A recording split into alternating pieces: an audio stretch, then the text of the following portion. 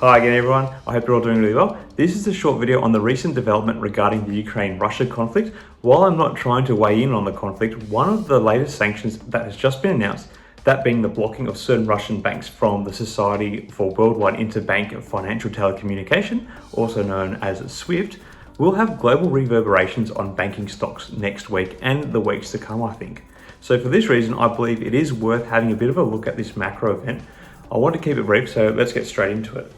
So for a simple explanation, SWIFT is a messaging system based in Belgium that allows about 11,000 banks around the world to communicate and greatly adds to the efficiency of the world banking system. It does not facilitate the transferring of money between different banks, but it does provide a global confirmation service which expedites the process and allows for greater efficiency. While the banning of select Russian banks from the system does not totally block out all Russian banks, it seems to be a targeted approach to slowly cutting off Russian banks from the rest of the world to a degree.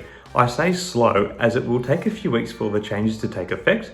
On the surface, this seems like a positive and united move by the West against Russia, but it is only a partial banning that is designed to limit the effect of the move on a more global scale. This approach still allows certain Russian banks to work on the system. Perhaps most importantly to the situation, it's including those banks that facilitate the sale of gas to much of Europe, with Russia being a supplier of approximately a third of gases and fuels to the continent. Hence why we're seeing quite high petrol prices at the moment. Anyway, so while the blocking of Russian banks from SWIFT does not cut off Russia's natural resource cash cow, when viewed in line with a number of other sanctions brought in, including the banning of Western banks from dealing in Russian rubles, as well as steps being taken to block significant Russian foreign nationals who have widespread access to Western banking systems, aka the oligarchs, the SWIFT move may still have some teeth about it, as it looks to freeze the Russian central bank and cut off their money supply. Without money, Russia will not be able to wage a war. It is the same principle that led to the downfall of Germany in the First World War, that being the country basically went broke. But like I said, it will likely take a few weeks for Russia to start feeling the effects of these moves, especially when you consider that the country has about 600 billion US in foreign reserves to pay for stuff in the meantime. Anyway, on to my main point. This move is likely to have broad reverberations around the banking sector across the coming weeks, particularly in the European markets. While this is a targeted approach, the likelihood is that this still will have a bit of a knock-on effect on all banks as it freezes a part of the businesses associated with Russia.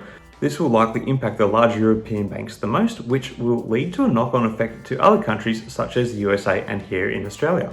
Generally, I am a big fan of banking stocks as they usually are one of the more stable and consistent performing stocks that you can buy into. However, much like we saw in 2007 and 2020, this could be one of the events that really shakes the sector dramatically. And the longer the conflict and sanctions go on for, the greater the eroding effect will likely have on banking stocks. While it has often been mentioned in the dialogue surrounding the potential blocking of Russia from SWIFT, that this type of measure has been used in dealing with the likes of Iran and Venezuela previously, unlike those two previous cases, Russia is a much more significant economy that has increasingly become more globalized since 1991, including in the banking and finance sector. So I fear the sanctions will be much further reaching on a global scale. While global banks are at least likely to feel a bit of a knock-on effect, it could present a buying opportunity, as particularly the banks that are further removed from Russian business are still likely going to experience a bit of a sell-off, despite being less affected by this move in terms of their day-to-day business operations.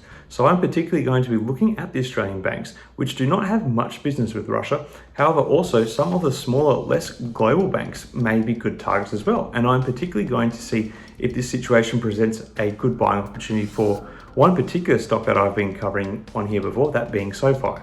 Anyway, that's about it for this video. I do want to keep it brief. Do you think this move to ban Russian banks from SWIFT will indeed have a major knock-on effect on the world banking sector? Or do you think the measures have been contained to not have any real effect on global banks? Let me know your thoughts in the comments below.